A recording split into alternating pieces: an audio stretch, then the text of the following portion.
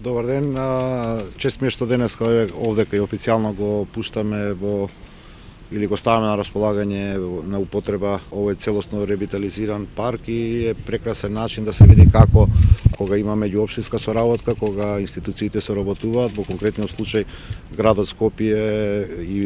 јавното претпријатие Паркови зеленило од една страна и општината Чаир од друга страна, можеме за граѓаните да произведеме еден нов квалитет во нивното живење. Станува збор за парк трети или четврт годинава кој што го отвараме во функција на зголемување на зеленилото со површина од преку 9000 метри квадратни. Овдека е целосно уредено зеленилото, целосно е поставен систем за наводнување како би избегнале сушење евентуално на зеленилото кое што е поставено. Имаме нови 30 на дрвца кои што ги имаме поставено, што листопадни, што зимзелени. Се во делот на